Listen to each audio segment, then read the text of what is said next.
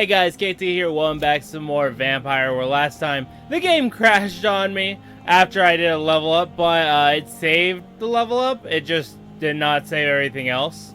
So now we're currently progressing on forward, because we also learned, if I remember correctly, we learned, it was pretty much a tutorial that every day we sleep, the world pretty much gets affected via our actions. Pretty much the whole, hey, your actions have consequences is kind of what they're telling me. Pretty much kind of thing. But, yeah, so I need to remember all I've done, because it's kind of been a bit. So hello, I've never talked to you before. Have I talked to you? I have. Or have I? Actually, there's no experience. I don't think I have. Good evening, Doctor. I believe we're going to be working together. Dr. Reid. Dr. Swansea informed us of your arrival, but I could not dare to believe we'd have such good fortune. Such an honor, sir. Thank you. And you are? I am Thoreau Strickland, Dr. Thoreau Strickland. I'm a great admirer of your work, Dr. Reid. Okay, cool.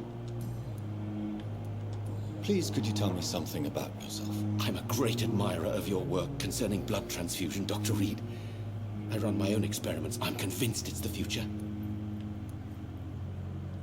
What made you choose to be a doctor? I'm not ashamed to admit you and your work have inspired me. I am honored to have the opportunity to work by your side. I'll give you some advice, but understand that nothing beats practical experience, which can be exhausting and solitary work. Of course, sir. And don't worry, I will never allow myself to be a burden, neither to you nor this hospital. Okay. Wait, hold on. Was there, oh, I'm curious. What made you choose? I'm not ashamed to... I'll give you some... Of course, sir. Okay, there was a choice. I just thought it was this one right here. I based my technique on my mentor's research. He helped me perfect my method. What is yours? I'd rather not talk about it. For now, it's just theories and first approach. My process is purely experimental and unsuccessful. As long as you're cautious and methodical, you may remain empty-handed, but you won't fail. You're not the first one to warn me, but I am convinced knowledge is the main weapon against the ravages of this epidemic. I don't know why. I think he has a blue tongue. I don't know. That's just kind of what it looks like. What can you tell me about the Pembroke? Well, it has always been an honor to work with Dr. Swansea. But with your arrival, I can't think of a better opportunity to learn about blood transfusion. You know, I think his tongue is blue. Weird. You seem quite optimistic.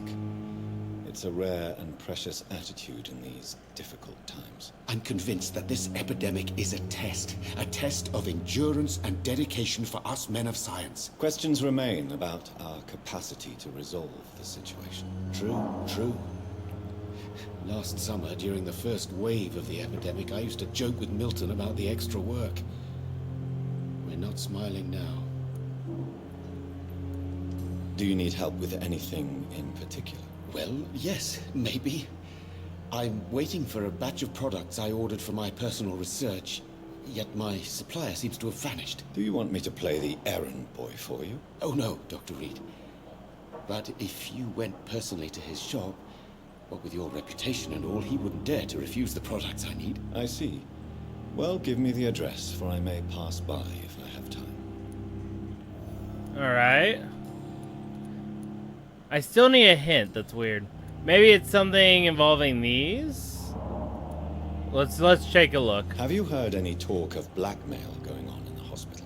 If you're running some official inquiry, you had better question the patients. They know more than the staff, especially old Miss Jones.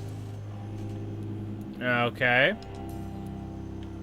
Still no hints. That's crazy. Tell me, Thoreau. Oh. What's the real cause of your dislike for Dr. Ackroyd? He refuses to admit that your blood transfusion technique is the only way to save Mr. Fiddick.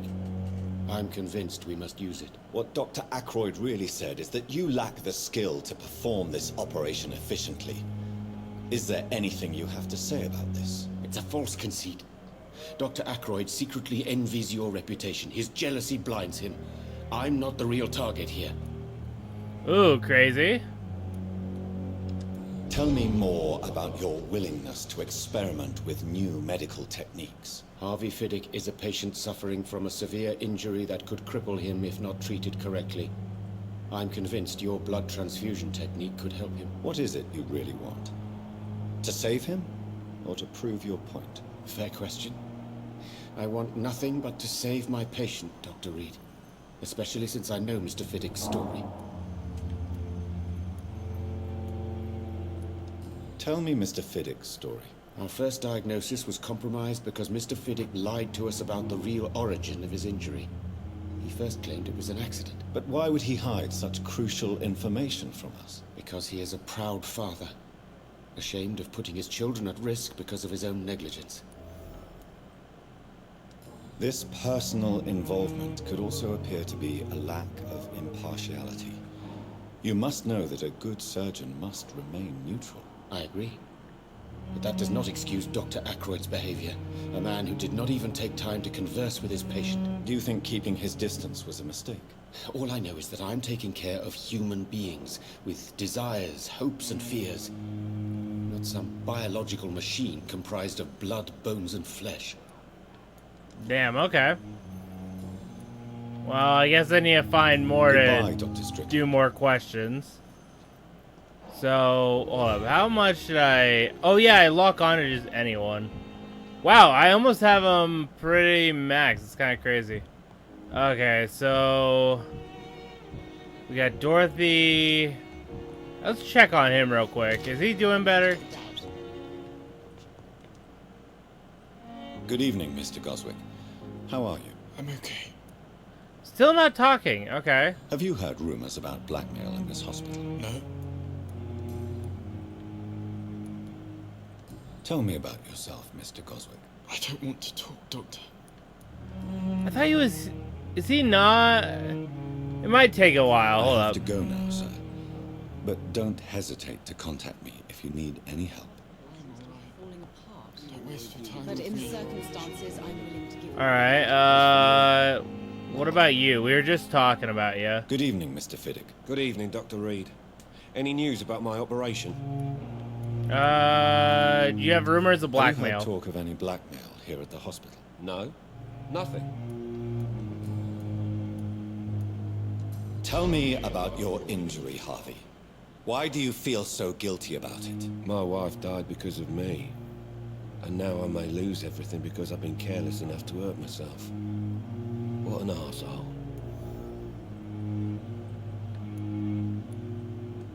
How could your job be responsible for your wife's death? I was working a double. She went out to bring me a hot meal and got caught in a German bomb raid. Damn. You can't hold yourself responsible for your injury, Mr. Fiddick. Unless you tried to hurt yourself. Of course I didn't hurt myself. But I can't work until my arm is fixed. My children need to eat, Doctor. Fair enough. Oh, I got more hints. Okay. Tell me more about the death of your wife, Harvey. 1915. I was in the army. Building workshops for the Royal Flying Corps. Helen was happy I wasn't sent to the front. What happened? The Germans sent Zeppelins to bomb the construction site, but they missed their target. My wife was bringing my dinner when the bombs fell. I'm sorry for your loss. So many died during the bombings. I served in France and witnessed the carnage there. I would like to say that she didn't suffer. Truth is, I have no idea. I just know that I'm all that me kids have. Poor little bleeders. How are your children after losing their mother? They were smaller then. The only good thing about this is my Helen didn't bring them with her that night. Damn. And I still need another hint. Okay. We talked to him about everything. Or no, we didn't talk to him about this one. Alright. Tell me about yourself, Mr. Fiddick. I'm just a regular guy waiting to get his arm fixed, so I can return to work and to my family. I was more curious about what you were doing before being hospitalized. I'm a carpenter, and a good one too. But that means I need both arms to feed my family, Dr. Reid. Tell me about the doctors who are arguing about your case. Strickland and Ackroyd. They both want the best for me, but there's a lot of pride there. Doctors are no different from carpenters, it seems. What do you mean? I often had professional arguments with rivals on a building site. Difference is, I disagreed about wooden nails, not flesh and bones. Are you satisfied with your treatment here? Well, it's clear that I've chosen a bad time to be injured. Forgive my bluntness, but you seem overwhelmed by cases of the flu. I won't lie to you about it. I'm afraid we are. Are you sure you don't want to operate yourself, Dr. Reid? I have the feeling you're very capable. And your colleagues seem to think so too. In other circumstances, you would be right. But for now, I don't think I can take on the responsibility. My apologies. I'm taking a guess because of the fact that, you know, I crave blood. Alright, so I need one more hint Goodbye to make for him, now, like, Mr. good. I'll see you later. Alright, let's go talk to the benefactor real quick. So, oh, okay, they're outside, cool. Alright, works for me. Really grown. Oh, I never... Well, hold up, isn't she one of the ones arguing real quick? Let's talk to her. Good evening, nurse. Good evening, Doctor. I don't think we've been introduced yet. My name is Pippa Hawkins. And I'm Dr. Jonathan Reid. Dr. Swansea has recently offered me a position in this hospital. Well, it's a euphemism that your help will be appreciated, Doctor. How would you describe the situation at the Pembroke Hospital? It's serious. The flu is wreaking havoc amongst the staff and patients. We are running out of everything. Nurse Hawkins, the Spanish flu won't last forever. Even the Black Plague didn't kill everyone. I wish I could believe you. But what if this epidemic was worse? What if in the end, nobody was spared? You must get a hold of yourself, nurse. Sorry, I'm exhausted. No one has any idea when this epidemic will be over.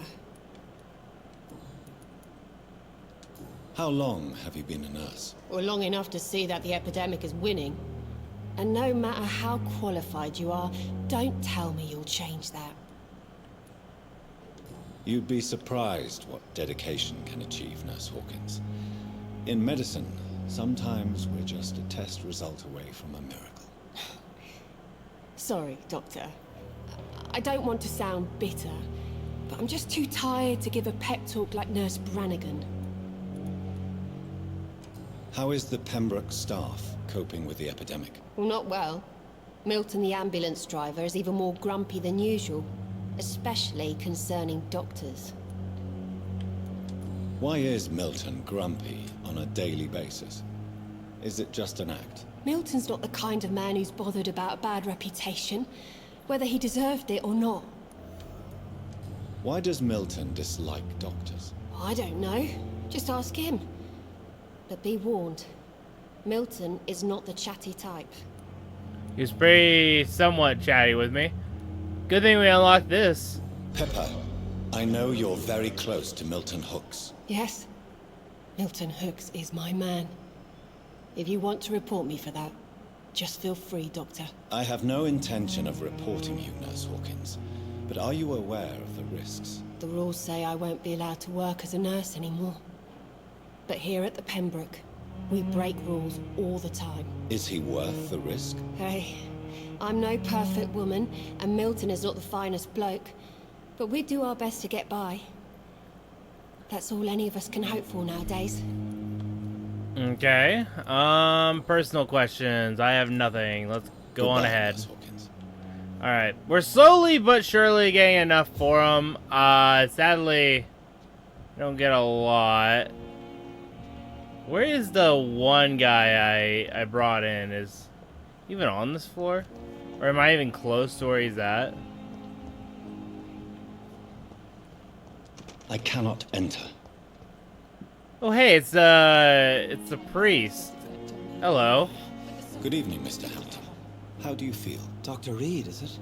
Oh, Sora, I must apologize for my behavior. What do you mean? I was not myself in the factory. Fear and exhaustion made me say awful things to you, I'm afraid. You remained perfectly nice and polite. A little delirious, perhaps.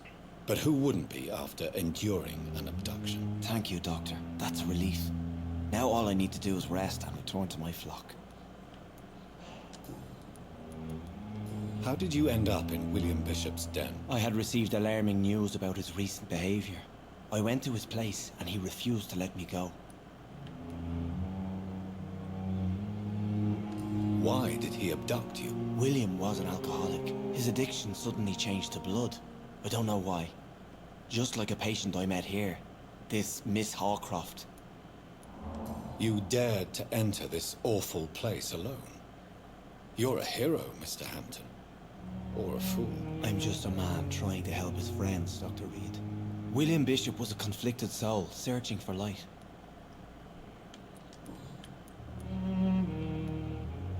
What is the general situation in the East End docks? The situation has always been tough, with a lot of tensions between the gangs and the dockers' trade union.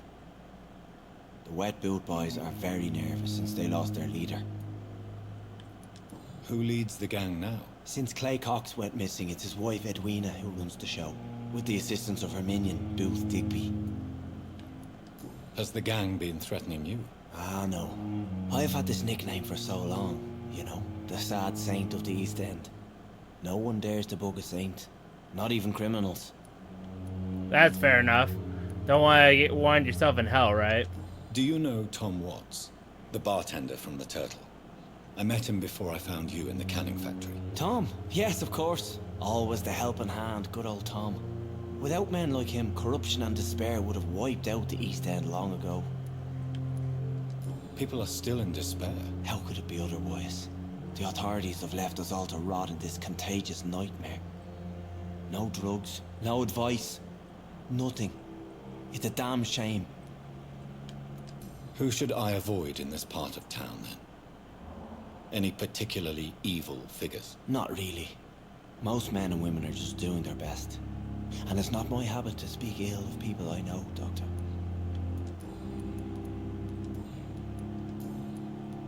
Okay, so no, like, unlocks. Got it.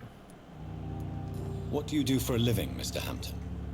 I can't help but notice the cross around your neck. I manage a night asylum for the poor and homeless of the docks.